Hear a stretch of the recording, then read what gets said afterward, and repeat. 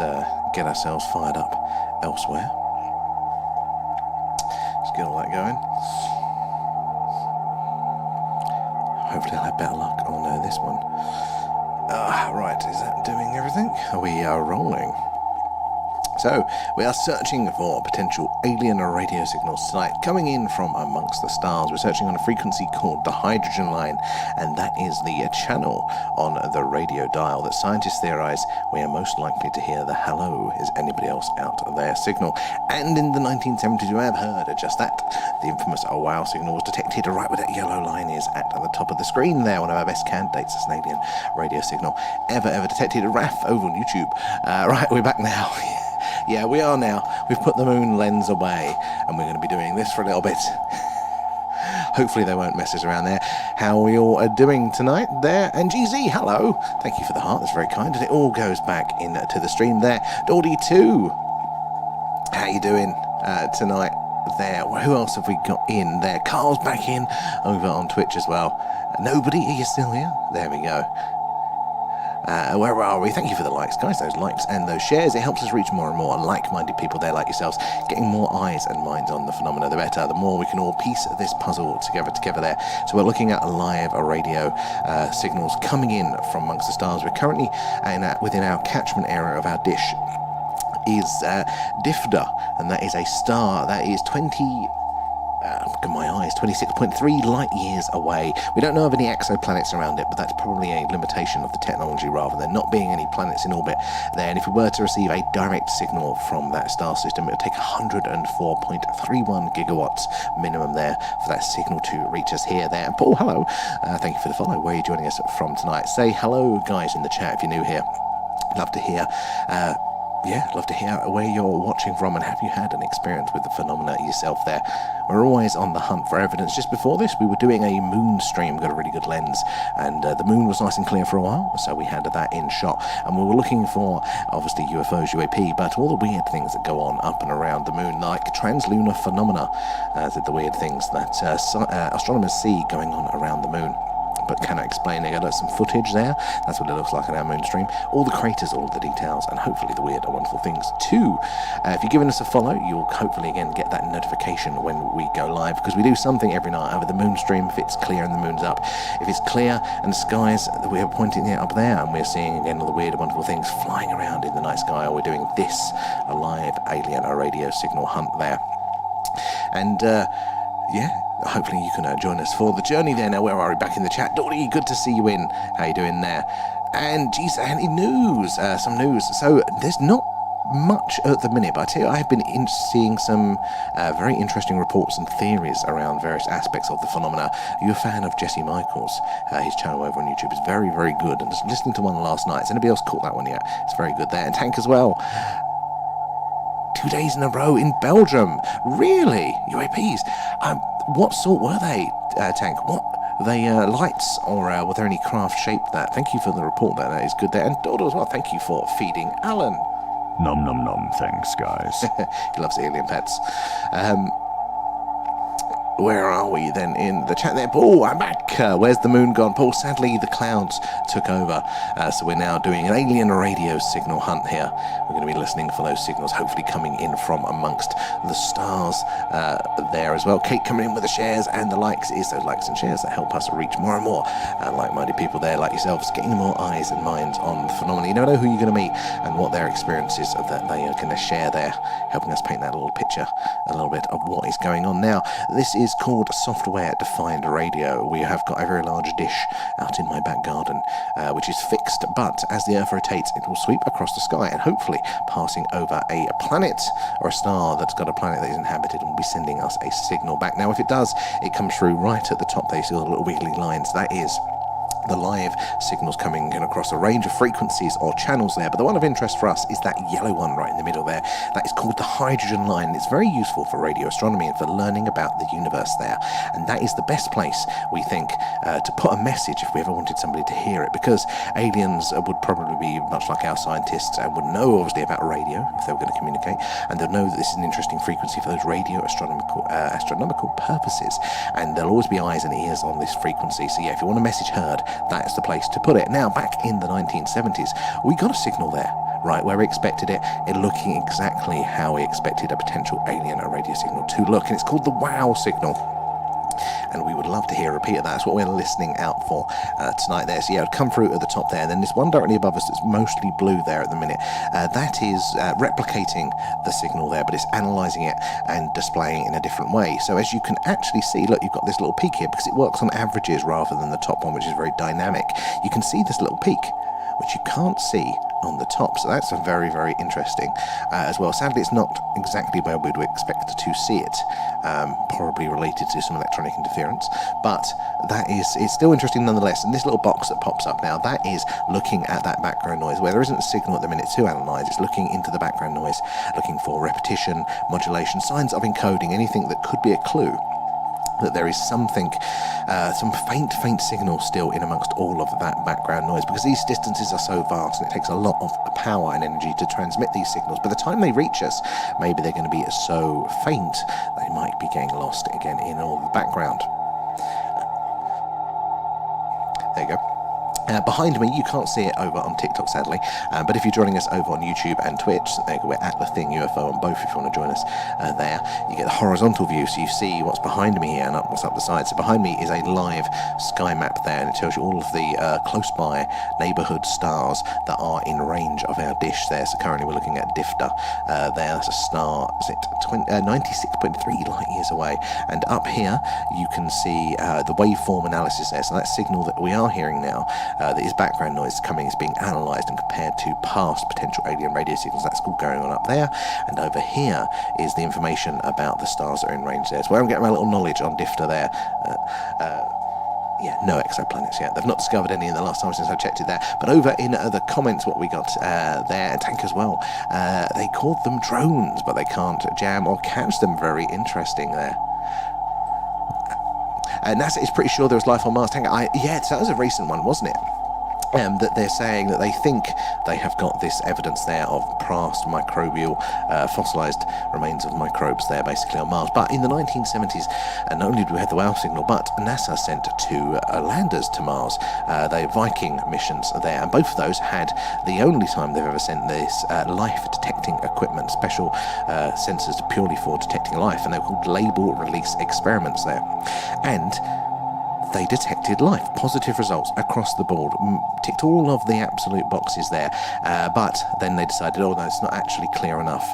Why send the missions then? So I think, and many other people do think, that there is actively microbial life on Mars, and Venus has had the signs of it in the clouds, various other bodies in the solar system too there. So it's absolutely, I think it's going to be absolutely crazily populated with life. Now where are we? Over on TikTok as well. Now we've got Kate coming in with the shares there, and Alex Show, how are you doing tonight? Carl, makes you wonder how many WOW signals have been received and we haven't been told. So that's a very good point there, because there's at least two signals that I know of that rumoured to have not been reported. So the SETI at Home project, which was this, but everybody was doing that screensaver, wasn't they, back in the late 90s, 2000s there. Oh, and over on Twitch as well. AJ, how you doing? Good to see you there. So yeah, back at the doing SETI at Home. Apparently that data did decode a message. Apparently. I don't know how true it is, but it's coming from some very interesting sources there, so we wouldn't necessarily want to write it off straight away. And then also the BLC1 signal there that came out a while ago, and they went, oh no, it's not. It's probably local interference. Apparently that is actually a signal that's still in existence there. So very, very interesting. Oh, sorry, I'm missing loads of gifts to you there. Thank you for those. And Alex as well, thank you for feeding Alan. Nom nom nom, thanks guys. Where are we? If we reach the goal as well, Alan will do a Q&A for you there. But it does make you wonder, are there more that have not been discovered there as well? And 90s Raver, where are you joining us from tonight? Thank you for the follow. Guys, do give us a follow. We do something like this every night. So if it's cloudy, we're doing this, a live alien radio signal hunt there, listening to the stars there, hoping to pick up a signal. If it's clear like it was earlier and the moon was up, we do a moon stream. There's some footage, see all the craters, all the details and the weird things going on up in the moon. Moon's not up though, we do a live skywatch, see again, see all the things flying around up there in the night sky. And we're based in Wiltshire in the UK, just down the road from Stonehenge, but we're right in the heart of crop circle country. So we have a lot of activity there, and if you're following us, you'll hopefully get to that notification when we go live there. And Alex, again, thank you for that one. And Pumpkin Sue as well, thank you for the heart, very kind. And it all goes back into the stream, helping us improve what we do.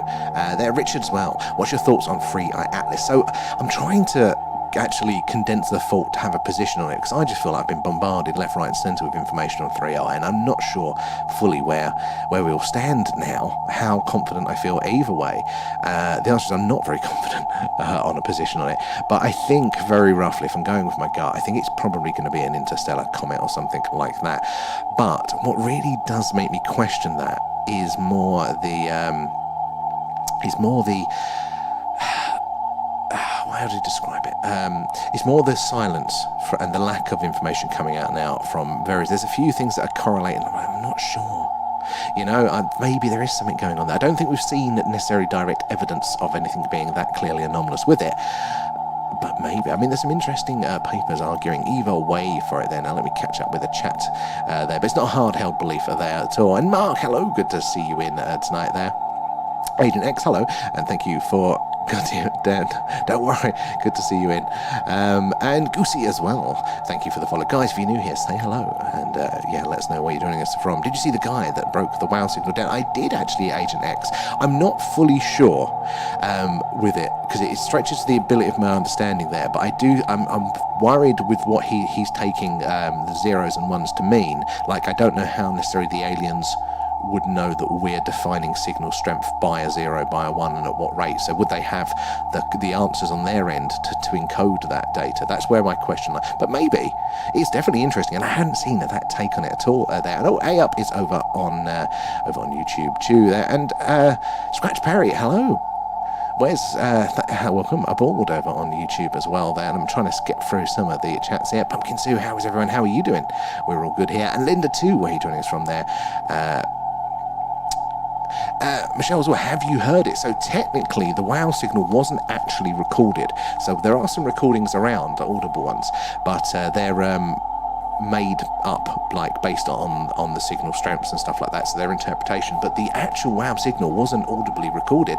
The day it came on a radio telescope that sadly didn't have that ability. It can only record the sort of the signal strength and the periodicity and things like that, where it came from in the sky. So if there was any data within it, actual encoding like we do with our radio messages there, we didn't record it, and it's so frustrating there as well. Richard as well, thank you for the follow. Where are you joining us from? Alan too, good to have you guys on board there. And Maya, so I was saying, I don't agree with Alan having these snacks full of sugar. Well, I think TikTok agrees with you there. And Pompa as well, this is an alien radio signal hunter. We're searching for potential alien radio signals coming in from amongst the stars, searching on a frequency called the hydrogen line. That's the yellow line at the top there. It's a channel on the radio dial that scientists theorize that we're most likely to hear the hello is anybody else out there signal. And AJ as well over on Twitch, sorry. But while there, bro, how does this even work? How can one person detect a signal from an alien civilization on their own? Is that technically possible for a single person? Sorry for the question. I just don't really understand. No, it's not a silly question. It's a very good question there, AJ. And I think I like the fact that you're asking it, because I don't think we get so excited and caught up with all the information coming in. Sometimes we don't think critically. Is it right there? So I love the question there. I hope you're still with us. It's been a while. We have to wait there as I'm working through the comments. So the answer is it's possible, but it's like a degrees of. So basically, the bigger the dish you have, the fainter the signal you can hear. And you do need quite a large dish to have a chance of detecting those signals, because there's so much going on Earth with our other radio signals, and these are probably going to be incredibly faint by the time they reach us from these vast distances that we're talking about there.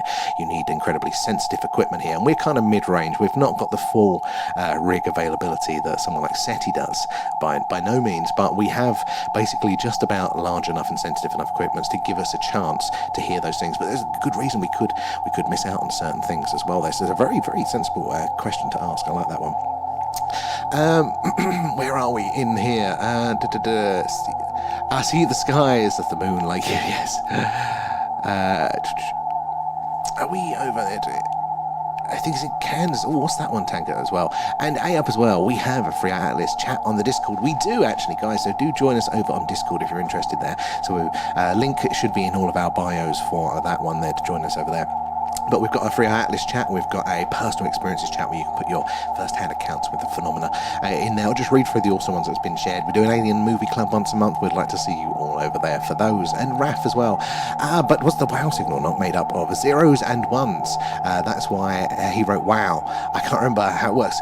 No, you're not totally wrong. You're excuse me, sorry guys, we're halfway there. So what was happening with that one, and it's zeros, one is letters as well. So what happened is that would print out the signal strength, and certain strengths were represented by numbers but also letters in there as well. And yeah, they represented a certain strength level, I think, is how it worked there. So it wasn't like data, whereas data is zeros and ones, coming in the binary there. So that we didn't catch that information. It was just, this is a strong signal, and it's so strong it reached this sort of level there, if that makes sense. It was the strength across the frequencies basically was then represented by letters and numbers, something along those lines there. Where are we? Over back on the Tiki Talk chat here. Where are you guys? There are a few messages behind, but we will get there. Where are we? And Kate as well. What's its position now? Being smacked with horrible anxiety tonight. I think is it round the back of the sun now, L3I, or just coming out. The idea there. Drew, welcome aboard, guys. Say hello in the chat. Might take me a minute to read your messages, but love to hear from you there. And Richard, have you ever seen a signal? So we haven't seen, sadly, a direct, clear signal. They're very, very rare. Only a handful have ever been detected in like the sort of history of things there. So it's going to be a numbers game. It's going to take us a while to get that really clear eureka signal. But the fact that there has been a signal on this frequency does give us a reasonable odds. And then the more we do it, those odds increase in our favour ever so slightly there. But we have started to see some very interesting behaviours with the background. This is changing quite dynamically, and especially with what is going on in the solar system. Is that an organic thing, or is there something else at play?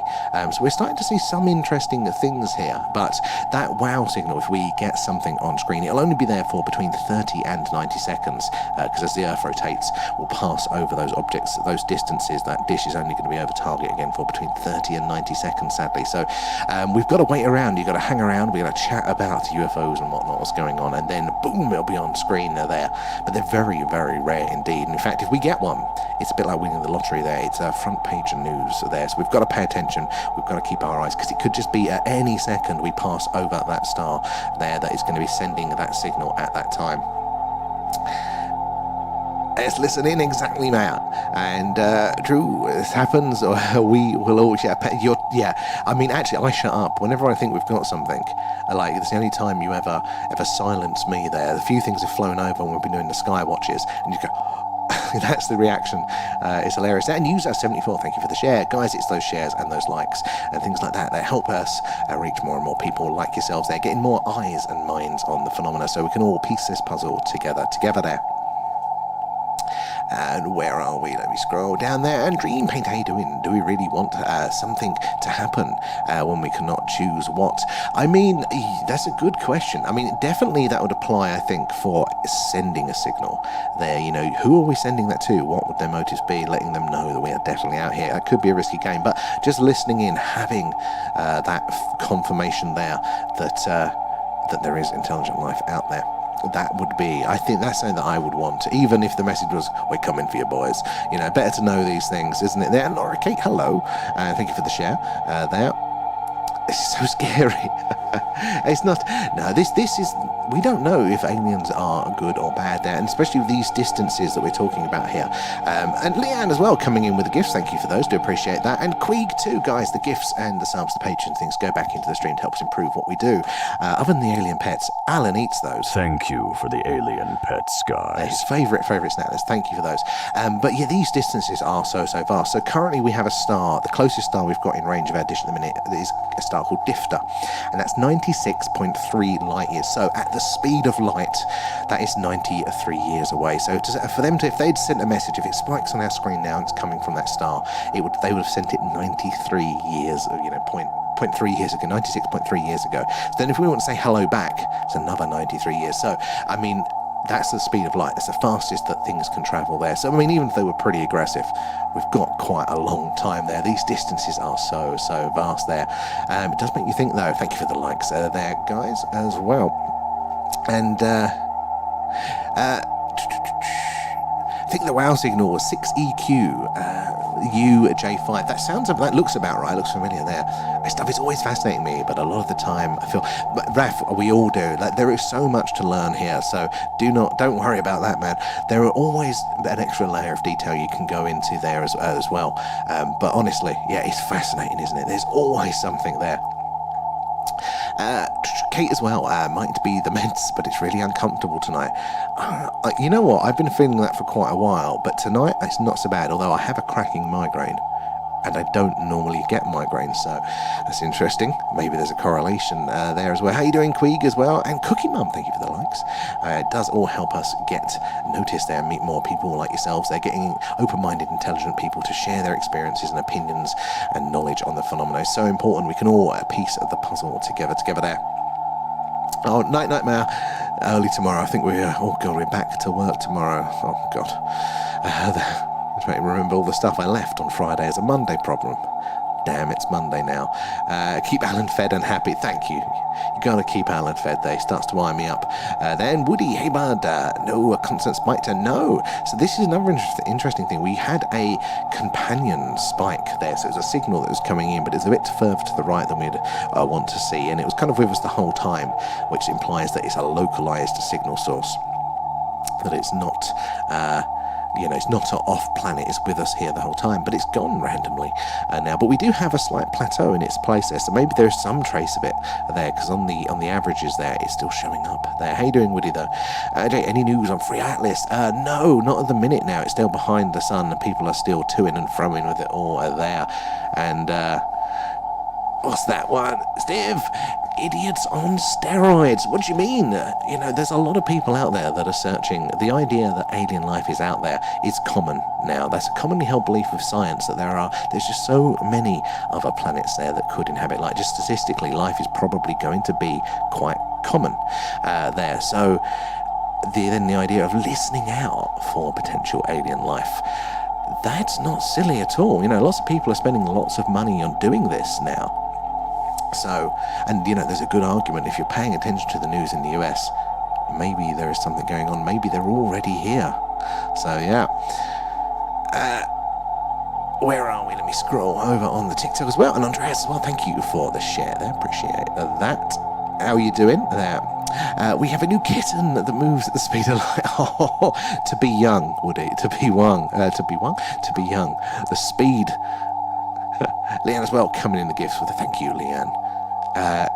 What's your take on Free Atlas? Well, I don't have a good take, if that makes sense. There is so much information, I feel vastly underqualified to start to sift through it and kind of go, well, who do I believe more? Who do I think is more likely to be correct on the matter? I don't really know, honestly. I think I do lean, again, to being an fancy interstellar comment or something along those lines, but really this radio silence we're getting from the authorities, from NASA, from all the other space agencies in particular, that is interesting. That is starting, my gut is now going, there's something going on there. So I don't know, what about you? What's your take on it there? Kate's welcome in the shares. And Lucium as well, thank you for the likes there. And thank you for the follow. Where are you joining us from tonight there, matey?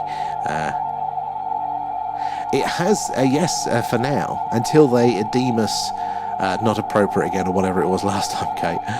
Can't keep up with them at the minute there. So again, we fix one problem, we get another one. So we seem to have, touch wood, fixed the connection issues. But now we have another one to come in there. So many AI-generated misinformation. Oh, you are not wrong. There is absolutely so much out there, and it's kind of like the flip of the double edge of the sword. There is now, on one hand, we can now we have these tools like AI and these platforms where we can share a network now. So we're so much more connected. We can share all of these things, and it's it's amazing. But the downside of that is that there is misinformation or just wrong people, well-intentioned, that may not fully understand something, are sharing it as well. And how do we sift through the genuinely brilliant stuff? Because, my God, there are some brilliant people out there making content and really putting in the work and coming up with new information there. How do we filter through it all now? That is something that we haven't quite figured out yet as well. And Norwegian Stick, how are you doing tonight? Thank you for that feeding, Alan. Nom nom nom, thanks, guys. Good to see you in there. as well. Leanne coming in with the hashtag, Richard, do you think Free Atlas is similar to the interstellar comet Oumuamua? So I am actually at this stage more interested in Oumuamua there, because the, how do they call it, the non-gravitational acceleration, something like that, the NGA that was witnessed with Free Atlas, not Free Oumuamua, as it passed around the sun there without any cometary outgassing, that for me is a massive question. That for me is like, whoa, like really out there. We've had some interesting things from Free Atlas, but it's also displaying a lot of cometary behaviour. There's a lot of excuse to that, whereas there was no cometary behaviour from Oumuamua there, but it still had that push, that kicked, that intention. And the fact that it was almost at rest, you know, it wasn't technically moving, it was us, it was our solar system in its orbit of our galaxy that kind of went through the space with Oumuamua within it, really. So people say, you know, was it like a beacon or some leftover rubbish or something like that? That for me is I think at this stage a bit more interesting there, but I don't know that. And horologists as well study time and space. Oh man, I can barely get my head around time. I can, you know, I really struggle with the old grey matter to try and understand that. So, like, massive appreciation there. Is there anything interesting here within your world of expertise there that you think could apply to all of this? I'd love to have your opinions on some of these things there. And Kate, yeah, I don't think I've seen a blip at all tonight. Yeah, it's kind of steady, isn't it? Whereas previously it's been flashing yellow, because this blue bar here will flash yellow when it gets to certain peaks and stuff. And we're not getting any of that. It's quieting down, other than this little mound here. So it is interesting there. And Amanda Panda, hello. Thank you for the likes there. And Kate with the shares. And Jack, do you think it will orbit around the moon?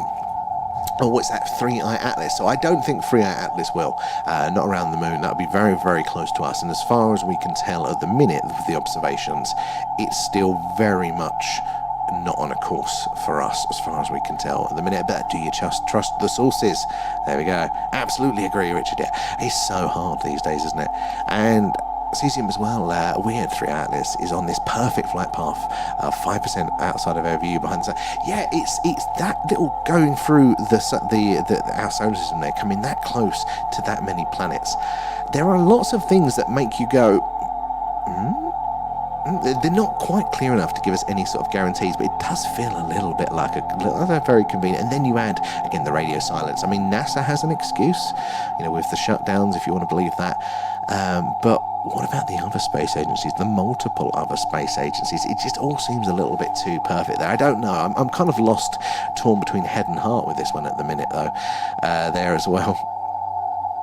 And where are we? Raf's the best. Do you take your pineapple on your Frey Bentos there, Raf?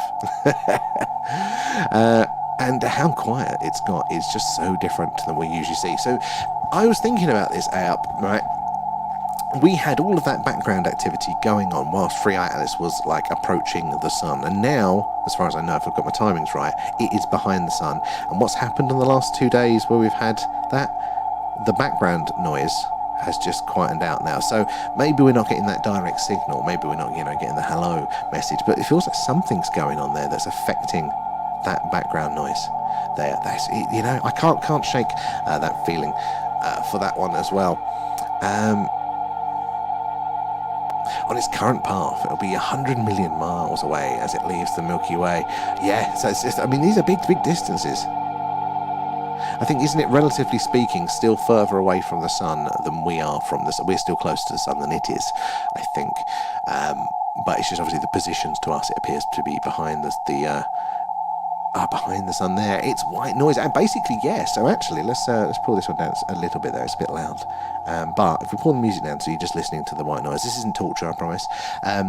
So it's white noise. It's static there. It's the same as the television. The old TVs you tune in, you get the static as well there. But what's interesting about this? Some people go, "I hate the sound of this," but I quite like it, because this is, apparently, if you talk to scientists, this is the sound of the Big Bang. This is the early universe in a radio emissions that we are picking up, and it creates this background noise there. So it's actually quite fascinating that you're listening to potentially the early universe, if that's all correct. Here's a little bit of music there to blend it in.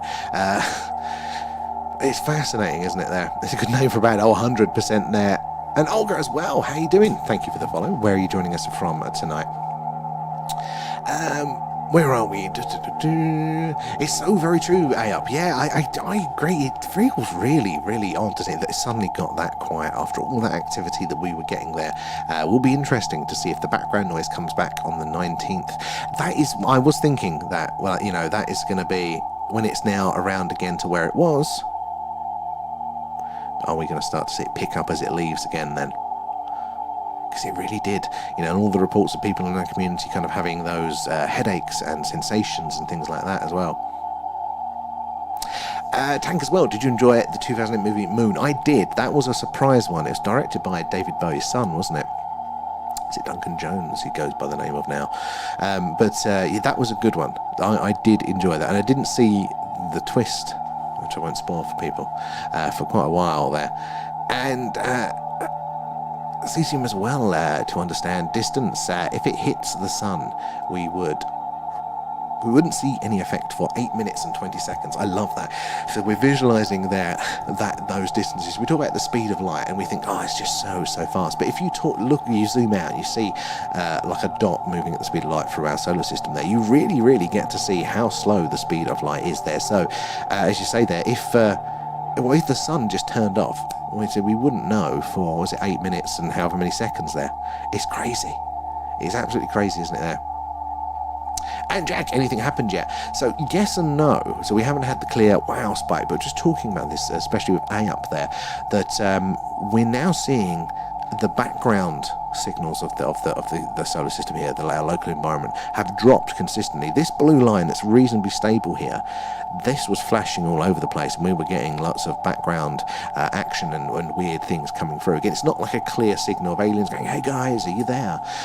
But there was this activity, and we're wondering, is it aligned with 3i Atlas there? Because now it's gone behind the sun, if it was causing anything. And it might be still on the organic side of things, but if it was causing something, it seems to be, you know, it's quiet now. Is that because the sun is in the way? We're going to see it as it comes back round. Is that going to pick up again? So let's put a pin in that one, guys. This little blue box here, does it start flashing away orange again when we start to see 3i again? And Hakan as well, how are you doing? Thank you for the follow. Good to have you in.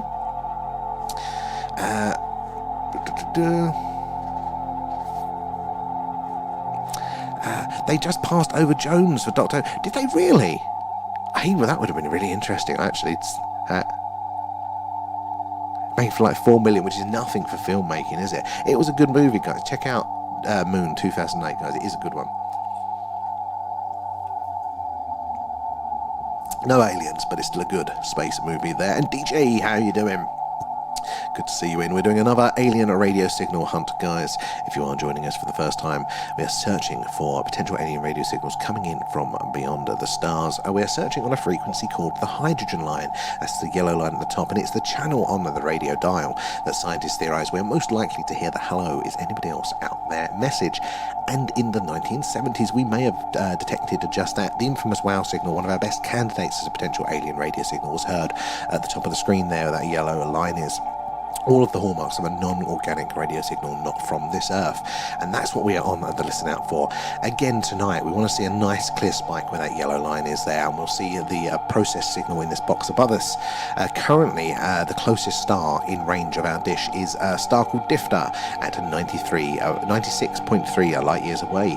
If we were to get a signal from that star, the power energy involved in that transmission would have to be over 104.31 gigawatts. It's a phenomenal amount there, but we don't know of any planets in orbit of that star. It doesn't mean they're not there. Our optics, our telescopes at the minute are not able to really detect those planets around other stars if they're very, very bright. So it doesn't mean they're not there, it just means our optics have not caught up with it yet, but they probably are. As far as we know now, most, if not all, solar systems are going to have other planets. They seem to be very, very common. Maybe the sun flare, Jack, actually that's a point, because it was acting up actually around the same time. I hadn't considered that one. There was a lot of solar activity there, Jack. So very good, the correlation there. I like it. And this is why platforms like this, getting together like that, having multiple minds on the subject is brilliant there, because if we miss something, somebody else might have a really awesome suggestion there. And would you say hello if you were looking at us, or would you run away? I mean, I can understand why they might want to there. I mean, I don't really think we're as bad as we talk about ourselves culturally. There's this trait at the minute of, we're the scourge on the environment and all this sort of stuff. Humans are so bad. And the one thing that you start to realize when you start looking at space a bit more, really, personally anyway, is you just go that we're nothing. We can't do anything compared to nature. There is no default. Whatever we do is nothing in comparison to nature. There we are still mini. For me, it's a bit of an ego trip to think that we're so dangerous. So I think any alien species that are looking at us are probably going to not be surprised about how we are there. In the same way that we know that chimps and certain types of the monkey family and stuff, they're quite aggressive, but we don't necessarily judge them through it. So maybe it'd be similar to that. Or maybe they would just steer clear because we're angry monkeys with nuclear weapons. Either way, it's hilarious. DJ, I always found it crazy when I would hear Jean-Luc Picard say, "Data, hello frequencies." Actually, it's crazy. That's a lot of energy to do that. But that's, you don't know what channel they're going to be on. If you've ever had a walkie-talkie, but imagine it with tens of thousands of channels, and you've got to find your mate Dave. You've got to go through all of them. It's a real difficult. Where on the radio dial? Oh god, I've knocked it off. 2 seconds, guys. Where on the radio dial would they be necessarily broadcasting on? And that is why the frequency we check here, the hydrogen line, is interesting, because that is the place we think we're most likely to find that signal. Out of all of those tens of thousands of channels, and also accounting for other methods of communication there, they may be so far advanced they might even use radio as a normal communication method, but because the hydrogen line there is so interesting and useful for radio science there, for radio astronomy, learning about the universe, there'll always be eyes and ears on it, and that we expect will be true for ET as well. So they would know that if you want to have a message heard, set out all of the channels, frequencies that you could choose from, all of the methods of communication, that is the best place to put that message there. But plus, because it's the radio astronomy sort of frequency there, you're not allowed to transmit on it around the world. Any signals that we get are unlikely to be a satellite passing over, or my phone going off in my pocket or something like that. So we still have to filter out the potential for some interference, but it's unlikely to be an electronic device. It was a very good point there, DJ. And Richard, what's your thoughts on the Black Knight satellite? Richard, I think it's incredibly plausible. We've talked about this as a species, like sending satellites out to other star systems that we theorize may be habitable, and that's exactly what we'd do if we had the technology to do it. And we're not a new solar system. Civilization, life could have been started much earlier than we have, even within our solar system, actually. Let alone other ones that are older there. So they may be well advanced enough to do that and put something in Earth orbit there, or even one of the Lagrange points or something like that. And we have detected what we call long delay echoes, a phenomena in radio there, as if something is repeating our signal back after about 7+ seconds, which we don't know what causes that. We figured out everything else. We don't know what causes that, except for the fact that that's what we would do if we had a satellite in orbit. And how do you communicate with a species you don't know their language or anything like that? Well, if they become technologically advanced enough to send radio signals, you just repeat it back. It's how you communicate with monkeys at the zoo, isn't it? You try and mimic, you try and show, look, we've got something in common, here's communication, I'm doing what you're doing, right, there's a connection, and then you build from there. And bracewell probes is what we used to call it. And yeah, we've apparently detected similar things like that, so maybe the Black Knight is doing that one. And Simon, hello! And thank you for feeding Alan. Thank you for the alien pet skies. Keeping him well fed tonight there. It's easy as well. The volume of energy seemed a lot, but we once thought travelling over 30 miles an hour we would explode. This is the thing, it's always relative, and we don't tend to remember this. We always think that, this is the final edition until next week. We always think this is it. Okay, we've got science, we've ticked it all off. But no, these are always our best interpretations, and sometimes they dramatically change here. Our confidence in any of the knowledge, I think, is, we haven't learned that. We haven't got the humbleness, really. Yikes, I can't remember what I said then. I was on one of my tangents there. Me is back. Hello, Simon. Good to see you. Jamie, welcome aboard. Where are you joining us from tonight there? Will Banks on what? And Platehead, where are you joining us from there? Oh, on 51. Area 51 is a very interesting place. I think it's probably real there. Neo, what would the protocol be if you heard something? So, people have asked me this, and when they first asked me this, I hadn't actually thought that far ahead. I was like, what would we do? Well, the first thing is that we clip it and share it. Like, well, tell a lie. No, the first thing is we pass it through a few filters to like make sure that we are hearing what we think we're hearing there. So one of them is obviously going to be its position on the dial there. Is it where we'd expect it, or is there signs of something called Doppler shift there? So if the source of the signal is moving away from us or to us, it will compress or stretch those radio frequencies out there. So their frequency might ever slightly start to move, to change it. It's a sign that it's on a moving body there. It tells us that it's very interesting. That's extra gifts. Thank you, Simon. Very kind. And it all goes back into the stream. So we've got that as a filter there, and with the fact that it's on the place where we'd expect it, the hydrogen ion, again another filter, also allows that it's probably not going to be another bit of technology. Now the last one for us is it on our screen for between 30 and 90 seconds, because as the Earth rotates there, our dish will only sweep over the sky, and we'll only be able to target star at those distances for between 30 and 90 seconds there. So if it's there for that amount of time, that makes, you can tell roughly the distance. It's not a satellite in orbit, and it's not something with us here. So once we've ticked all those boxes and we're pretty sure that it is a signal coming in as best as we can understand it there, yeah, we record as much of it and we share it. Normally with someone like SETI, what you'd do is you'd ring up your mate with another big dish that can point at it and go, are you hearing this too? And then they would track it. We don't have the ability to track, and I can't give a very, very precise coordinates. We're in a sort of a general area. We can't get as precise as the big dishes for that, sadly. But yeah, I mean, it definitely would be interesting. It'd be a data point that would get a lot of attention, and then probably would then get other people to pay attention to that as well. Jamie as well, what's 3i in your opinion? So I don't really know. I'm not very confident either way. I find the radio silence we're seeing are very sus at the minute, but I do think I'm leaning again to it being a fancy interstellar object rather than alien. But it's not a hard-held belief. I just feel there is so much information out there. Glasgow, love it. Lots of activity up your way there as well. If you detect a new phenomena, do you get to name it? Well, it depends on the nature of the phenomena.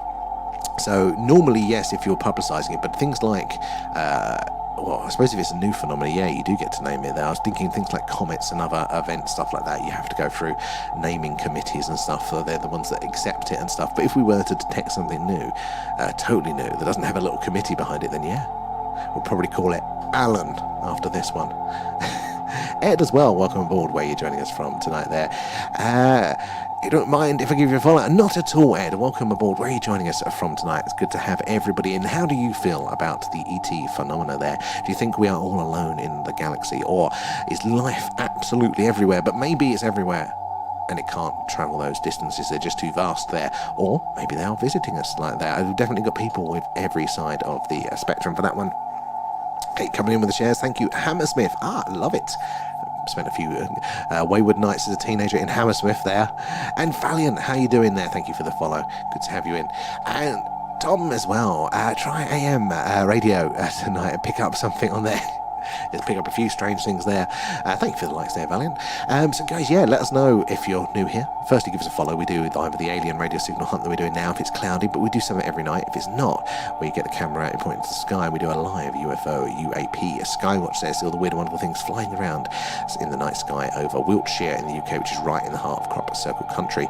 We are also did a moon stream. We did it earlier tonight before the clouds came in. There's some actual footage. We see all the craters, the details, talk about how weird that is. So yeah, give us a follow and you'll get that notification, hopefully, when we go live there.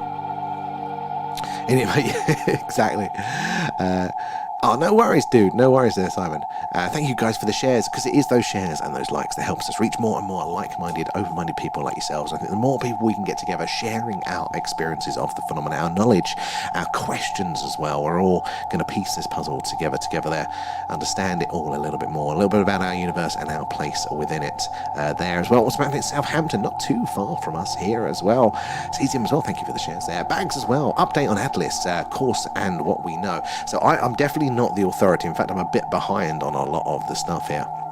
But as far as I can tell, we are sitting in this groove that it is anomalous, but it's not drastically anomalous enough for this big question mark around, well, it is an interstellar comet is the idea there. That's quite a vague area. There's a lot of movement around that. For me, I don't think I've seen enough confirmed anomalous behavior with it, but for me to say it's, to lean towards, UFO or craft or something like that. But that's not to say that it's a tight belief at all. The real radio silence we're getting at the minute is, for me, one of the most interesting things that's kind of, I'm going, this is a little bit convenient though. Why the radio silence there? So I'll probably change my opinion very quickly on that one. That's why you don't listen to the opinions of people on the internet, because we've not made them up. Have you ever seen a moon impact? Oh, Cecil, I haven't. No, we've only done a couple of moon streams. Literally, it's so rare for us to get the moon at the right time with a clear night there. So we've only done a couple, so we haven't. But we would love to. The moon is such a beautiful object. I mean, we see it all the time, don't we, on a clear night? But when you see it up close, you see those craters. It's absolutely stunning. In fact, a lot of the stuff about the sky, it is just so stunning, even without the aliens. But we do see strange stuff there. We've got some good clips, actually, on our main TikTok page for those. Jack from Lowestoft. Ah, my old man lives in Lowestoft. I was there only the other week. You've got a fantastic view over the North Sea, haven't you, there? Lack of the light pollution. You get some good shots of the sky there. And MG1, how are you doing? Good to see you in there tonight. Oh, I've missed loads of Ed and what's that one? Let me... MG1 as well, and Ed again, thank you for the gifts, guys. It's very, very kind of you. I said all the gifts, the subs, the Patreons and things, they all go back into the stream, helping us improve what we do. But Ed, you also fed Alan. Thank you for the alien pet skies. Keeping him well fed there. No worries there, Bags. I love the questions. Guys, if you have a question, ask away. There are no silly questions on this stream at all. If you've got it, somebody else in the chat is also going to have that question there, and it's an opportunity for us all to learn, because I definitely don't know everything, but somebody in the chat will, and again, we can all stretch those brains of ours there. And Beard, how you doing? Do you think the Starlink satellite constellation could be capable of receiving any signals? Oh, that's a good one, actually. I don't know what frequency ranges they work at, but I know that, so when we do our skywatches, they're teaching us a lot about how satellites and how they work, because we see so many of them flying around. You start to get a bit of a feel. So I'm by no means an expert, but it's been really interesting that understanding that satellites, they have a job. And it's either, if it's like a Hubble, it's a telescope for exploring the universe there, it's pointing out, and it wants to point out, and they adjust sort of the direction to focus on certain things there. So, but that's about as variable as it gets. Most of the satellites that we have in our orbit, so like the Starlink, their job is to relay that communication up and down. So they want to be, like the moon really, they want to be facing us at all times there as well. So that means their dishes and antennae are down to receive and transmit down, so not up.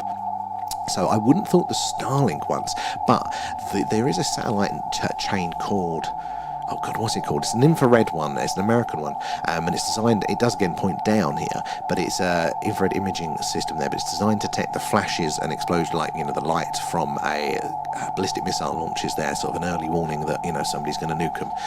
Then, so it's been in place since the 60s, and they still use it to monitor for these flashes of light. Apparently, they are always getting infrared UFO anomalies. They're coming in and out of the atmosphere. There, it's apparently very common. So for satellites actually getting evidence of it, very much. I think that is possible there as well. Good to see MG1 reporting for duty.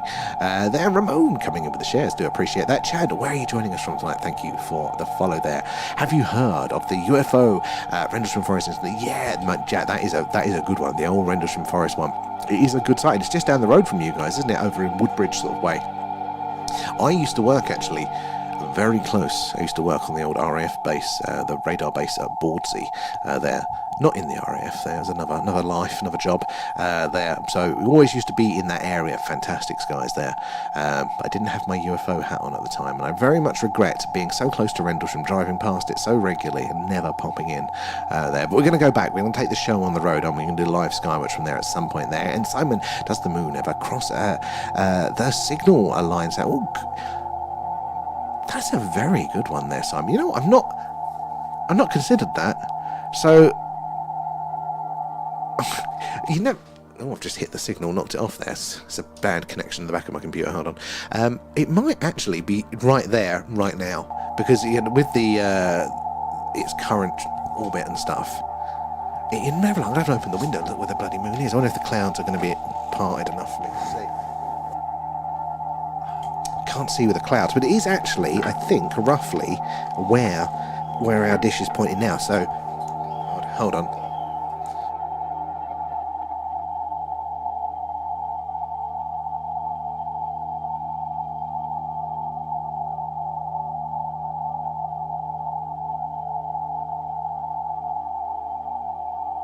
I have to go and make sure that the parrot is okay. He's having a bit of a squawk now. But yeah, it might actually be right in that area, Simon. It's a very, very good shout there.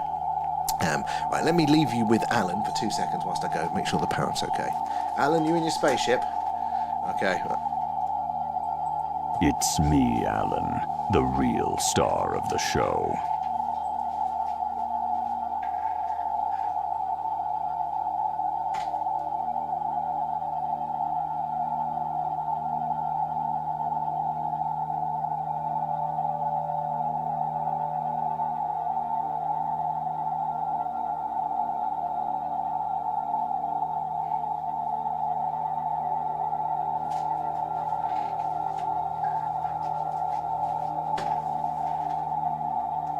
Was he good?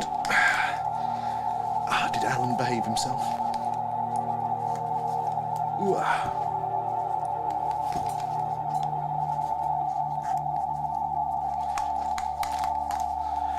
There we go, right. Let's get back to it. Where was we, guys? I'm going to quickly nip back over to YouTube because that chat is getting very much underway. Moon's such an underrated film. It is, Raf. It is totally there. And who they just passed over to? Oh, I didn't miss. Why do I read through this and I miss ones, don't I?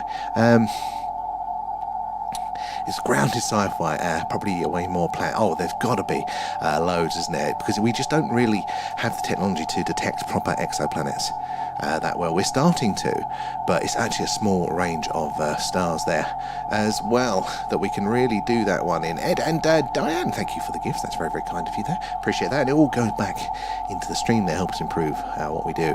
According to ChatGPT, yes. The delay isn't bad tonight. Excellent, Kay. I'm glad that we've managed to fix that problem for once, and we're able to be on all the platforms there. We can see less than 0.1% of the planets that exist. Exactly. When they say the Fermi paradox, where are all the aliens? We really aren't looking a lot. We really, really aren't looking a lot there to have a way of actually saying that we're not seeing them. We're not paying that much attention to it there. Excellent. I'm glad it's better there. And have you looked at Beatrice Ritterall? Yes, very, very interesting. And we see something when we do our skywatches, something quite similar to what she's describing there. Now, obviously, there's a lot more stuff in orbit now, and that's why hers data is so interesting there, because back before satellites there was nothing meant to be up there. But we are seeing some interesting things that are pretty similar there now. The parrot is still going off.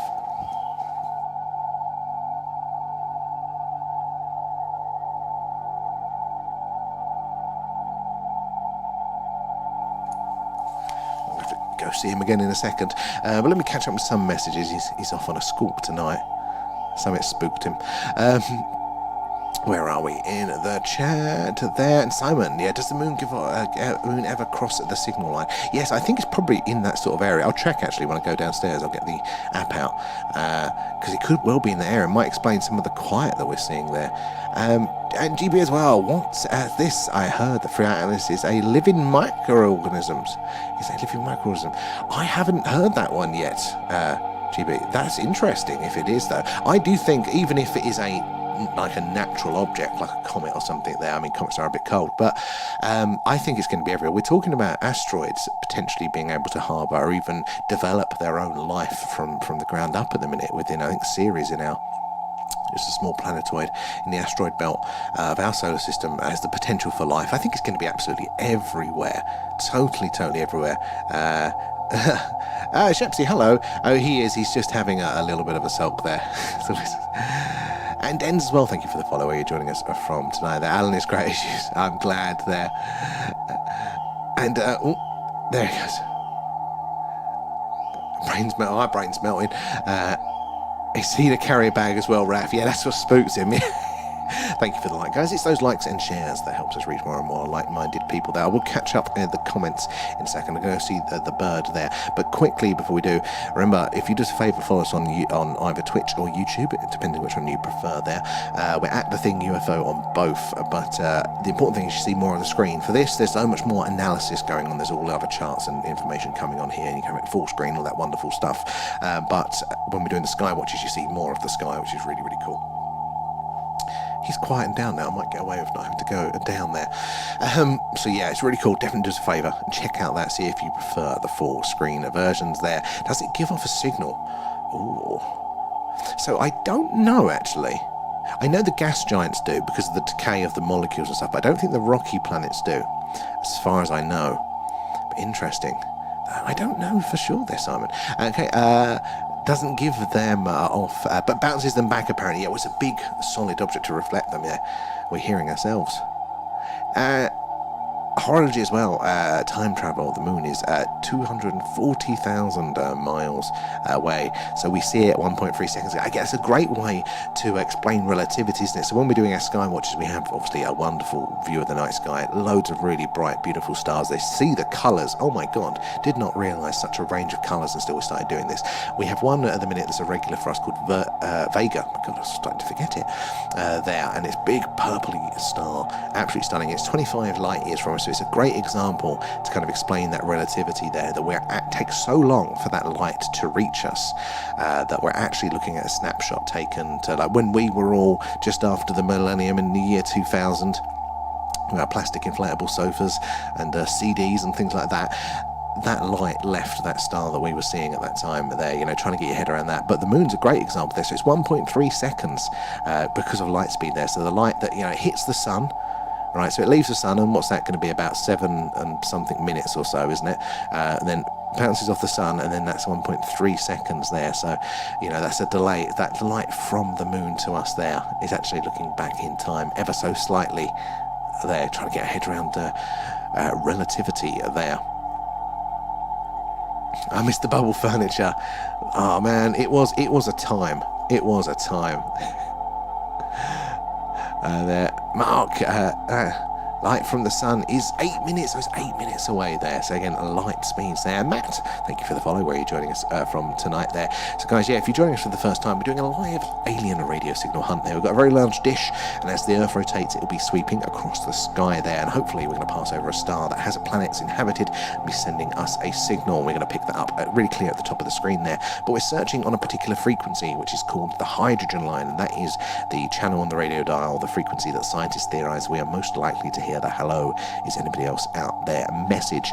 And in the 1970s, we may have heard just that, the infamous wow signal was detected at the top of the screen there, that yellow line, one of our best candidates as potential alien radio signal ever detected there. All the hallmarks of an intelligent, non-organic signal are not from this Earth, and we'd love to hear a repeat of that. And if it does come through tonight, again, you'll get that nice clear spike where the yellow line is at the top, and then it'll come in directly above us here, and that's when we'll be doing the more detailed analysis to make sure that it is a radio signal there, not a radio signal from nature, because nature is very noisy in radio. You're constantly emitting signals from the gas giants there, from comets and whatnot. Everything flying around in space is very, very noisy in radio, so we have to filter those out. So we'll be doing that processing in that box in the middle there above me, and then behind me, you can't see it over here on TikTok, but it's a live sort of star map there. We can see what is in range of our dish. Currently, the closest star in range is Difter. That is a 96.3 light years away from us. We don't know of any exoplanets around it, but that is more likely just the limitation of our technology rather than the fact that we've checked and there isn't any there. We're only just about having the ability of some of our telescopes to start to see that there. But again, if you join us over on YouTube or Twitch there, we're at The Thing UFO on both, and you get to see the horizontal view of the screen. And it's also a good backup. TikTok likes to throw us off every now and again, and you can always join us over there. But as you see behind me, you'll see over on those horizontal platforms there, YouTube and Twitch, you'll see the sky map and the live stars where we're pointing at. But you'll also see what's going on up here and up here, which is over here. We've got some waveform analysis to the left there, and that is those bringing in the audio from that signal, the actual signal itself coming in, comparing it to past signals like the wow signal there, seeing if there's anything that's going to be a match. And up here we have that star information. So all of the stars that are in range there have a little box with various bits of information there, how far away they are, what would be the required radio power of a radio signal to reach us from there, and how many exoplanets. You can see a lot more there, but it's really interesting when we do a skywatch. So we do something every night. We're doing the live radio alien signal hunt here, or if it's clear sky, we do a live UFO UAP skywatch. And because we are based in Wiltshire in the UK, right in the heart of crop circle country and just down the road from Stonehenge, we see a lot of weird wonderful things in the night sky. If it's cloudy, we're doing this, or like earlier, if the moon is up and it's clear, we do a moon watch, some footage there, and we see all the weird and wonderful things going on around the moon and how stunningly beautiful it all is as well. So yeah, give us a follow for those ones. Now let me get back to the chat. Now where was we? It's been a while there.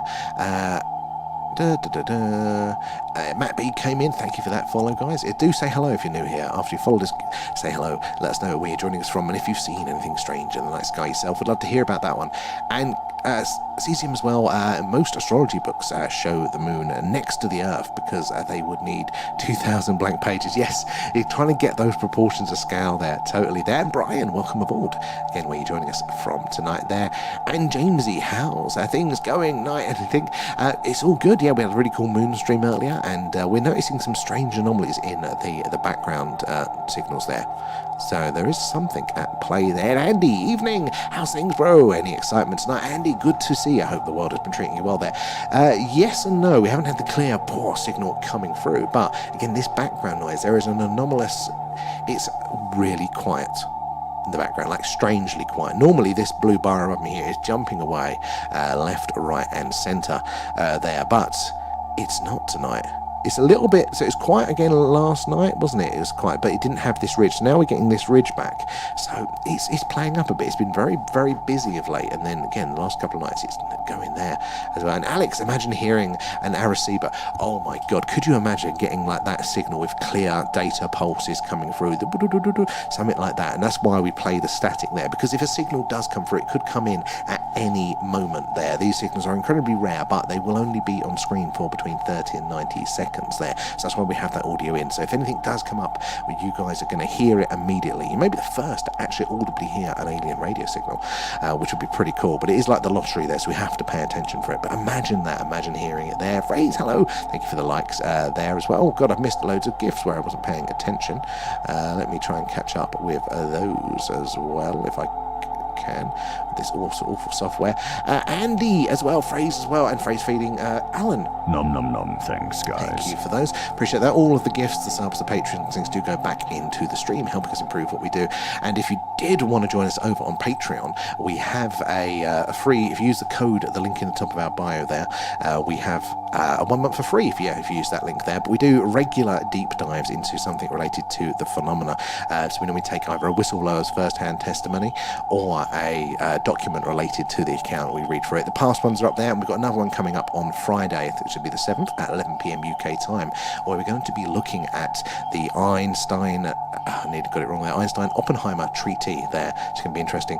How you doing, Phrase? Good to see you there. Right, where are we there? And Simon, I got another TikTok warning talking about cake with... Oh my God, TikTok is really, really playing up lately. I don't know if they've just tweaked their AI settings, but it's really frustrating at the minute. Hello, Watchman. Is Free High landed yet? Not as far as I know yet, but you never know, do you? And Molly and Craig, guys, thank you for following us there. Do let us know where you're joining us from there. Same goes to you, Rebecca. Good to have you on board. And Andrea, too. And... it's almost as if it's deliberate. There is a feeling for it there as well. How you doing, Rebecca? And Alex makes me want to watch Cosmos again. Hey, anything spacey is up our street there. And Andy, maybe they're out there just refueling for the night and having a rest. Maybe that might be why it's quiet for us tonight, because it was really active, that background noise. And now all of a sudden, 3 eyes around the back of the sun. And it's gone quiet. Is it going to get loud again as it comes back around the other side there? Is there something going on there? And DJ Blackburn, welcome there. Otis is tweeting. Yeah, he's just trying to get attention. I will go see him in a second. I'll calm him down there. Right. Yeah, I'm going to go see... I'm going to leave you with Alan again for the second. So let's hope Alan is going to be well-behaved. Must I see the bird? But I think he's just having a sulk. Be 2 seconds, guys.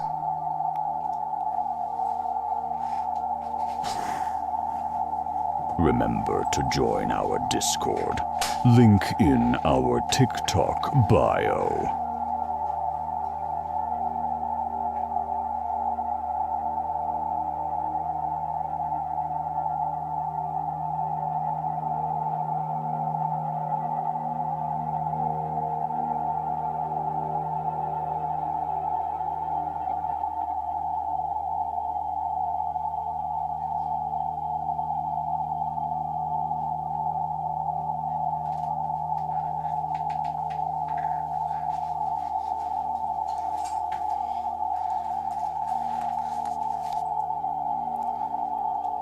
We're back. Right. Hi guys, sorry, watch the numbers go down now.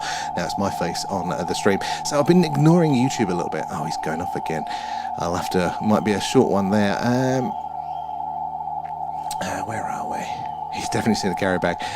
It's actually been a bit since the dreaded bag was mentioned. It has actually.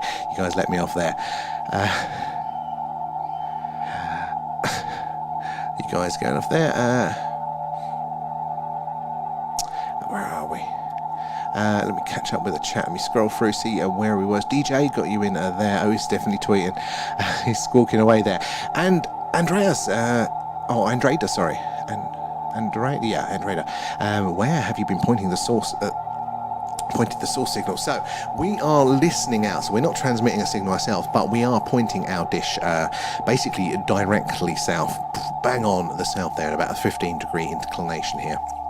And we are based in Wiltshire in the UK there. But we currently have a star in range called a Difter there, and it's a nice big bright star, and it's 96.3 light years away from us at the minute. We don't know much about Difter, but we do know it's there. So if we do get a signal from that star or a planet orbiting it there, we know that it'd have to be at least 104.31 gigawatts of power to get it that signal all the way over here as well. Guys, thank you for the gifts there, Robert and Cesium as well. Appreciate that. It all goes back into the stream.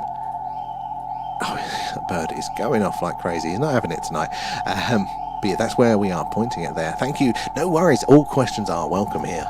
So guys, do ask away if you are curious about anything there. We scroll just up to there. Yeah, so we're doing an alien radio signal hunt. If you are just joining us for the first time, we've got a very large dish, and as the Earth rotates, it will sweep across the sky, hopefully passing over a star with a planet that is, inhabited and sending us a signal at that time.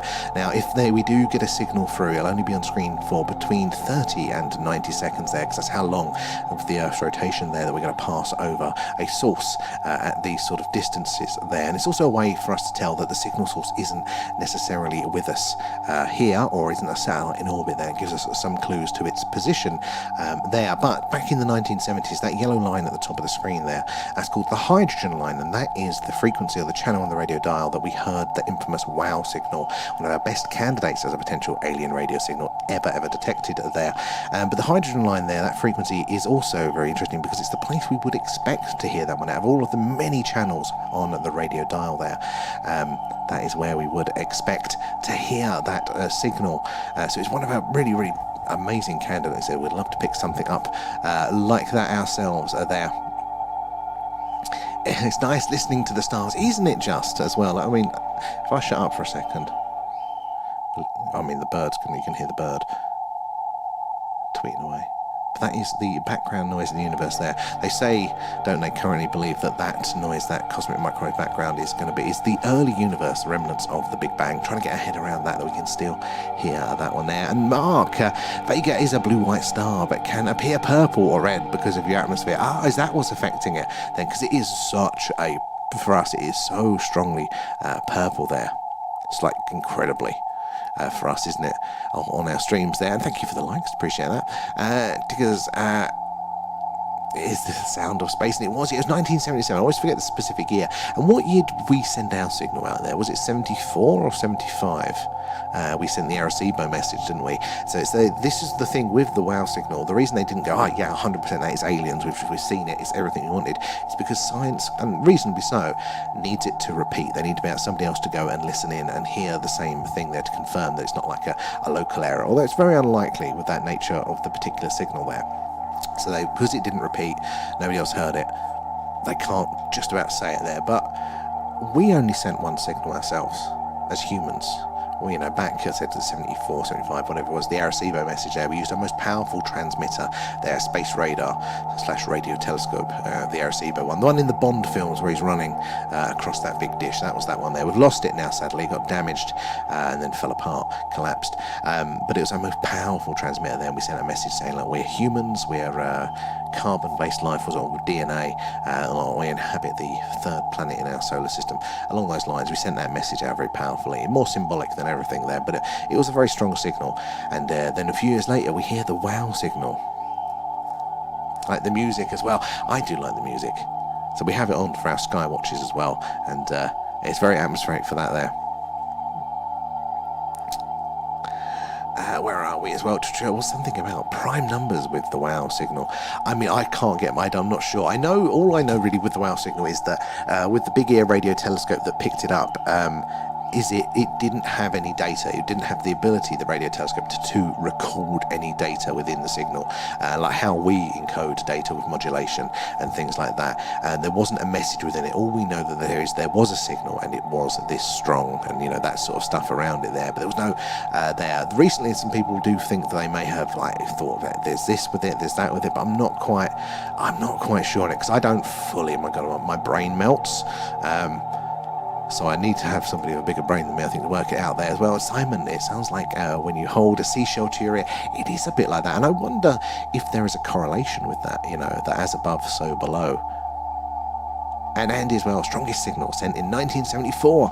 And they can't do that again with the tech they've got. Well, they don't have...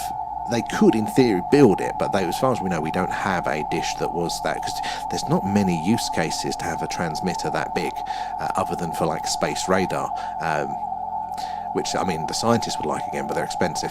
And I think it's because it had that cross-military purpose that they got the budget for it back in the day. If we had a purple light instead of our sun, we could have wound up with translucent skin. Because this is interesting. We see the colours that we do because they obviously reflect that colour rather than absorb it there. So that is all about plants are green because they reflect that colour. They want all the other energy, basically.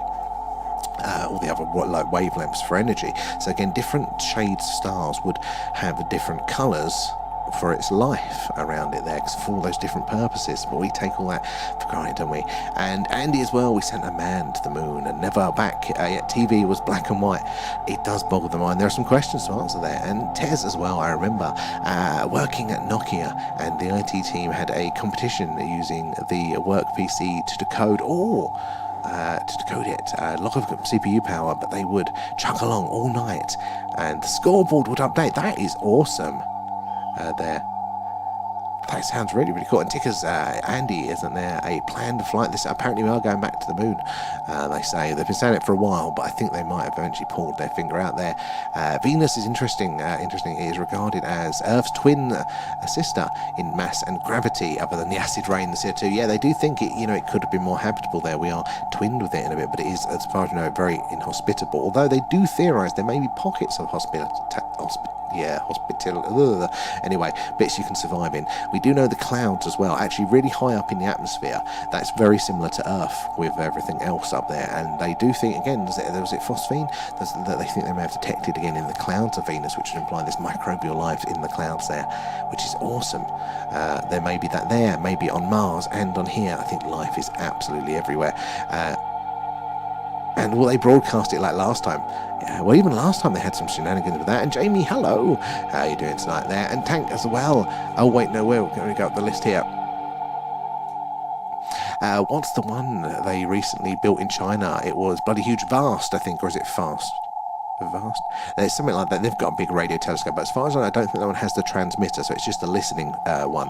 But it's cool. Luckily, we've got that one, so we can still pay attention. We really want some sort of telescope on the other side of the moon. Now, Mr. Money's in the house. How are you doing tonight, sir? And Beatrice, sightings line up with nuclear testing and detonations? They do, actually. Apparently there's a correlation between, it's 46% more likely to see these sightings in those old astronomical plates within a 3-day window, so just before, during and after some sort of nuclear testing event there. Yeah, I can't remember the names. I'd say Fast? Wow, no, I'll probably go totally wrong, the Chinese big telescope. Where are we in the chat? Good evening, Mr. Money there. Simon coming in with the stickers there. And, oh, hold on, I've missed Mr. McGiff's there. So Simon as well. Thank you for feeding Alan. Nom nom nom, thanks, guys. Alan appreciates the snacks there. I'm going to have to go sort that bird out. He's squawking away. Where are we?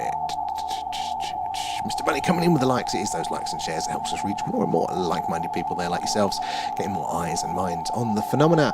It's possible to land on Venus, but almost impossible to navigate the land without characteristic. Yeah, it just crushes anything. It's so inhospitable. The Russians landed, didn't they? A few probes there. They managed to like record video and audio and send it back for like seconds before the probes were crushed. Absolutely hellish landscape there apparently, but they do want to send balloons into the atmosphere. They think there's ways that they can kind of keep perpetual balloons in the atmosphere of Venus to do things like blimps and things like that. And Jamie as well, thank you for feeding Alan. Thank you for the alien pets, guys. So yeah, would you want to be on that manned mission there, knowing that you couldn't land that balloon, it can never go down, the pressures are just so crushing there. And coming in with the shares, appreciate that. And Blue Nose, hello, thank you for the like there. How you doing? Fast, it was fast. I'm not totally lost it then, just about.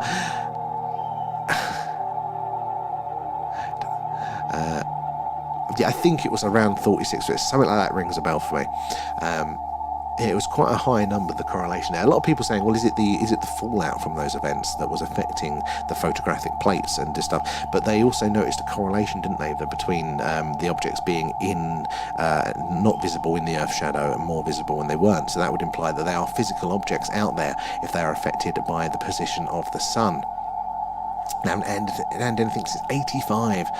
I mean, it does feel like we're taking a step back, doesn't it, there? I'm 58, but I'm thrilled that a mission to Mars may happen in my lifetime. Oh, my God.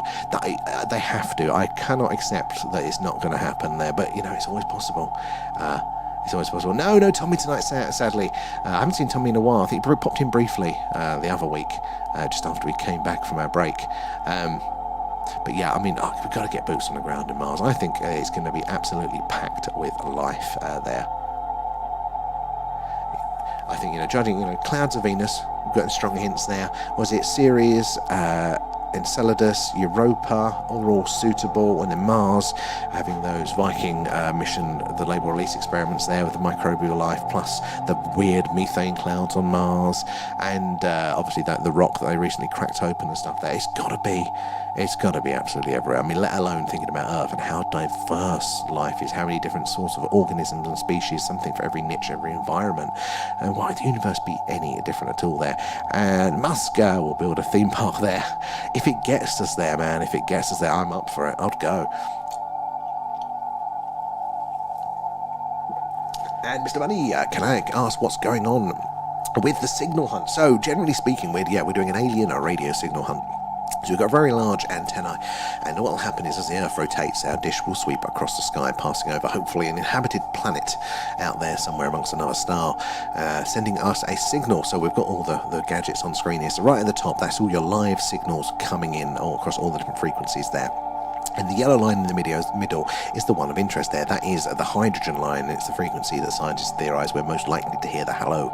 Is anybody else out there? Message like in the 1970s, the wow signal that was detected right there. And if it does come in and spike at that top, it will be replicated in this middle section above me here with the blue lines there. And that goes blue, orange, red, depending on signal strength there. And that looks at the same data but in a different way, because the other one's all those dynamic peaks there. This one's done on averages, so it shows you the same data in a different way, hence why you can see that little mound here, because again it's displaying it in averages there. But you get a little red box that pops up every now and again, and what's that doing? That will analyze any signals that does come through, but in the meantime it works on that background noise. Every now and again it periodically looks to see is there any fragments of a faint signal that's getting lost in amongst all of that noise there. Because these distances are so vast there, any signal that does come from another planet might be so faint by the time it reaches us here that it might just be lost. Our equipment might not be sensitive enough, so we do that micro analysis layer there, which really helps us potentially, we wouldn't be able to pick out the full signal, and there it goes now, wouldn't be able to pick out the full signal from it, but what we could do is it might say, look, we do think there might be a signal in amongst it, which might contextually help us map, interesting parts of the sky or whatever. And you can't see it over on TikTok, but on YouTube, we are at The Thing UFO over on YouTube and on Twitch there. You see the horizontal view and you see a bit more of what is going on. And behind me now, there you see there's a live sky map with the target of the dish and shows you what stars are in range. Currently Difter, 96.3 light years away from us. So you'd see all of that. And then up there you have the live audio waveform analysis there, comparing it to past past ones like the WOW signal. And up here you have the star information, so those stars that are in our catchment range there, like Difter, you get a little bit of information around all of them there. So yeah, do give us a follow over on those ones. In fact, do us a favour, because TikTok is always having a sulk with us at some time. And Andy as well, there's a 23-year-old woman doing a one-way ticket. Oh, where are we? Jumping ahead on me there. Ticket to Mars for a mission seen, but not sure if it's true or not. I mean, I would be tempted to go. They're not bothered about theme parks. Mining it, yeah. I mean, hey, resources. Anything that gets us there and gets us interplanetary, I think would be a good thing. I have seen something I couldn't explain. Now I'm hooked. Wookie, thank you for sharing that. Good to see you. That is how it starts, doesn't it? You know, you go around your life, you know, you have your explanations to these things, what society says, oh, you know, we're alone, or we at least haven't seen aliens, and then you see something strange yourself, and then you are compelled, aren't you, to understand that more. That's how the brain works. It wants to know, doesn't it? So I totally relate that. If you want to tell us, share a bit more, we'd love to hear that. Or actually, in fact, we have a Discord, so guys, link in our bio again for that, at the thing UFO there. No, the link, sorry, straight for the Discord is there, but we've got a really cool personal experiences section where you guys can share your experience and don't just disappear after the stream then. That you could just read through what our other community members have put in there, some really cool ones, images and videos too. Musk is now focusing on the moon at the moment. Yeah, probably because he get a few quid when he to take NASA there. I wondered why he wouldn't have looked at the moon first. I think we've done the moon, so from his point of view, he wants to get even further. I think if you can get there, you can get to Mars, I think he was thinking. But I don't know. But I know NASA were paying him, weren't they, to build a lander. I don't know if they're still doing that now. And Gary, welcome aboard. Where are you joining us from there? Well, he definitely looked like something from Star Wars, really. Now, that is cool, because a lot of the sightings that I've seen doing the stream, are just more like just balls of light and things like that. Not clear, structured craft. So I'd love to hear a bit more about that one. Love a sighting like that myself there. Thank you for explaining. Pink, that's awesome. Any questions, ask away. There are no silly questions here at all there. How amazingly comprehensive. Thank you, Mr. Money. It's not that comprehensive. I barely know anything, but luckily you guys do, and then you'll correct me, and we can all build our knowledge up, understand a bit more about the universe together, can't we, and our place within it and how it all works there. He's looking at hypersonic and then teleporting. Would be interesting if he could. I mean, if anyone can. Mars, it's further. Not what I'm aiming for, yes. And... Ooh, and Pink as well, thank you for the follow. Good to have you in. If you are new here, do say hello and let us know where you're watching us from tonight. There, sees him as well. I read, if we went to Mars at the speed of light, everyone you knew would be dead on your return. Yeah, trying to get your head around relativity, like, honestly, it is it's mind-bending, isn't it, there? The times they take, you know, you experience time differently there. And Jamie as well, thank you for feeding Alan there. I'm going to get Alan to say so in a second. Just want to make sure I've not missed anything. No, it's just that one. Yeah, Jamie. Nom nom nom, thanks guys. Alan loves the old alien pets there. Yeah, trying to get your head around relativity though. And Andy, NASA's gone skint since Atlas, so they can't give any info or anything. Yeah, apparently they have. I mean, it does make sense, doesn't it? But what about all the other space agencies? They're in Truth Teller, welcome aboard. Say hello.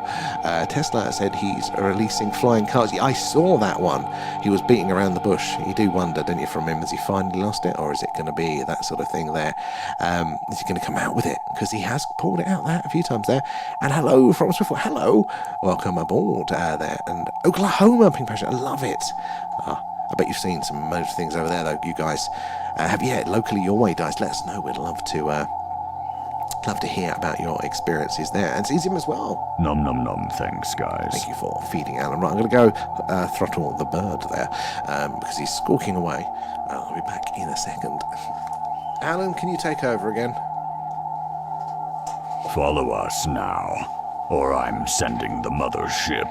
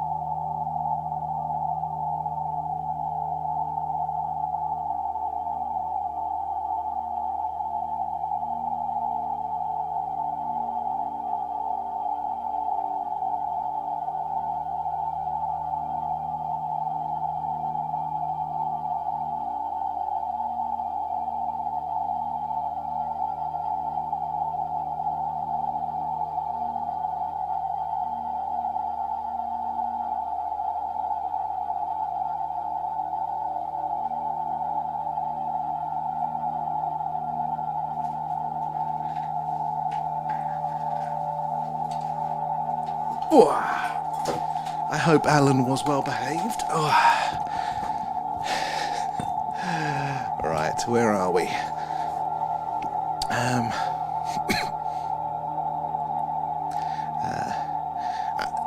Otis is really answer. He is a bit tonight. He's been a little bit out of sorts. He's all right though. Major psi output, possibly. You never know what's going on there. They do take a bit of attention there, Shepsy. Where are we? I can't my eyes tonight. I need to put my contacts back in. I missed the blip. I bet. It's always going to be the way, isn't it? Or is it delayed on YouTube?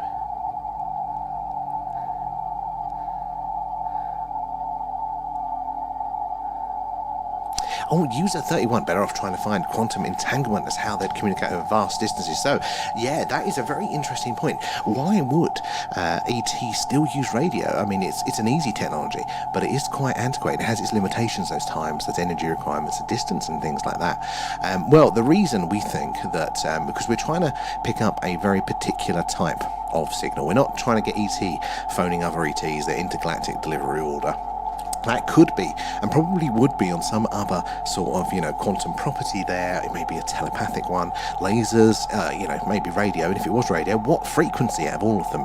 So, it could be anything there. But we are searching the hydrogen line, and that is theorized to be the best place out of all of these options there to put, if you want to have a message heard, put it there, because it's always going to be useful for scientific and for radio astronomy purposes, for learning about the universe. You're always going to be monitoring this for those scientific purposes. So yeah, if you want a signal to be heard, a message to get out there to reach somebody, then that's the place to put it. And that's where we heard the WOW signal back in the 1970s there. So that's why we searched this one, for that very particular sort of reaching out there. Hello, is anybody else out there in the universe?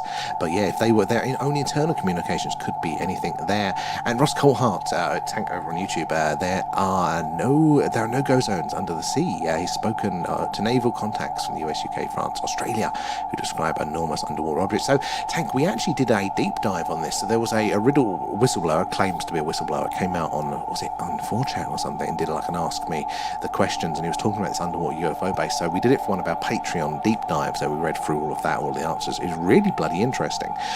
You don't know how credible it is, but it did fit in a lot of ways. So it was really interesting to do. So if you want to listen to that one again, you can go over to our Patreon there, and use that link in the top of our bio there, and it's free for the first month. And we'll be doing another deep dive this Friday coming at 11 PM UK time. You can join us for that. Again, that link will work so you can join us for free for that. And it's going to be on the Oppenheimer-Eisenhower Treaty, the read-through of that one together. And as it's a smaller group, we can really get into the nitty-gritty about those documents. But that was really interesting, that one there, so it would fit with that. And sometimes moving faster than the speed of sound in water, it bends the mind, doesn't it, there? The 4chan one, seen his stuff. It is interesting there. One of the best ones was the molecular biologist that claims to have worked with the alien, like genetics and stuff like that. And that was really specific. Like that, I want to redo that one because I enjoyed reading that so much. It made a lot of sense. It was really, really interesting. There, looked after my brother's parrot for 2 years. It was a nightmare. They are little gits. They are. Oh, Simon, see you next time, Simon. Thank you so much for joining us tonight. We'll see you later on. Probably be on tomorrow doing something. We hope for another clear night of skywatching there. And Scouts, where is Atlas? It's behind the sun at the minute. We did point our dish at it for a good couple of weeks. It was coming from the same part of the sky that we were tracking for the WOW signal. So it's a 2-for-1 for a good few weeks there. We didn't detect any signals from it, though, sadly. Where are we there? Perfect. I love it. User 37 there. It's a good point. As is, would you detect a propulsion system on this signal? Good. I don't think we would at this sort of frequency range. I'm trying to think what that would... depending what they were using, because we were talking, again, one of our deep dives, not trying to plug it, this is actually quite relevant though. We did one looking at warp drive technology, so we looked at the real life scientific papers, like the real Alcubierre warp drive theory, how you could have a warp drive without breaking physics, and then we looked at one about how to detect that and what we could do, and they can't remember what the frequency range was, but essentially that we're not monitoring these particular frequencies in the right way, but in theory we could detect warp drive propulsion through the emissions, the detections there, the radio and gravitational detectors there. So technically, yes, I don't think we could do it here though, but there might be a way. This is where my knowledge of radio it starts to get a bit lacking, sadly. There, Micah as well. Thank you for was it Mikhail? Thank you for the follow there. Where are you joining us from tonight? There. Underwater base off the coast of California and Mount Shasta. Yeah, I've heard about the ones that are around Catalina Island there. And Pink, did any information come from the WOW signal? Brilliant question here. So we assume, it's a radio signal. We assume, just like our car radios, that they've got a message, they've got a voice in amongst it all there. But that's a very good question because, no. The actual radio telescope, the big air radio telescope there that detected it, didn't record that part of the data. It wasn't part of its setup. So it would print out basically code for how strong the signal was across each frequency band there, but it didn't actually detect, also record any information that may have been within it there. So it's not even as good as what we're doing now. If we could see and hear that information if we got the signal. But back then they didn't. It was just, there was no data from within it, sadly. So if there was a message, we didn't record it, unless somebody else managed to record it and hasn't told anybody there. Ajax reposted one decoding the WOW signal. Yeah, there was that interesting chap there, wasn't it? That he thinks he was looking at those numbers that came through, which is like the signal strengths there. So there may be something within it that it's just beyond my pay grade there, but within the thing as a sort of message there wasn't the data, sadly. Where are we? Tesla and to have their warp drive stolen by Lockheed. I wouldn't be surprised. It was old George Bush Senior's dad, Vannevar Bush, was the guy. Oh no, it wasn't. Sorry, it was Trump's uncle that was charged with going through Tesla's documents when he died. So these people are all connected. Jeff Bezos' granddad was one of them was all associated with all of this as well. The Bushes, everybody's, these people went back. It's all connected down. What's the red bit that comes up? Anything interesting? Andy, good question. So that is the micro signal analysis. So what that's doing is it's listening. Well, if there was a signal, it would pop up and it would analyze the signal to kind of do a few extra checks, and we'd see the visuals and hear the sound, but it'd just kind of run it through and compare it to other things for that extra layer there. But what it's doing at the minute there when it pops up is it's looking in that background noise there, because all of that noise, is there any traces of a faint signal in amongst that that's getting lost, that we can't hear and we can't see because it is so quiet there.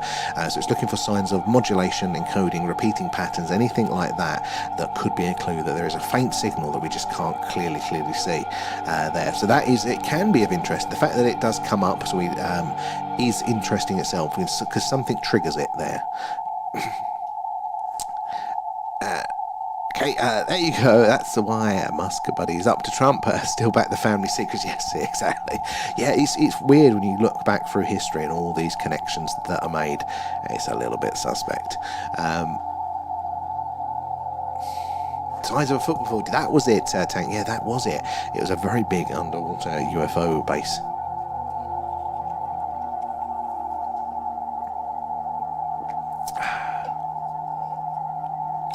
So I think what are we time-wise now? Yeah, we're coming up. I'm going to be good, and I'm going to clock off for the night. Sadly, there I'm going to go properly put Otis to bed, so he doesn't keep us squawking there. Oh, Alex! Oh, just as I'm coming off there. Sorry, matey. How are you doing, though? Good to see you in there.